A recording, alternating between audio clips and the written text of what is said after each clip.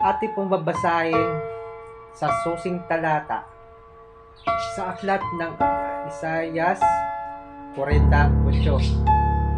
Ang damo ay natutuyo, ang bulaklak ay nalalanta, ngunit ang salitang Diyos ay mamamalagi magpakailanman.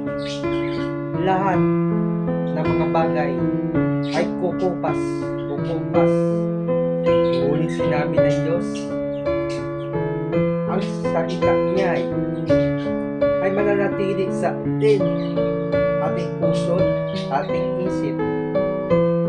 Pagdating niya ng Panginoon ay sasalubungin na tayo.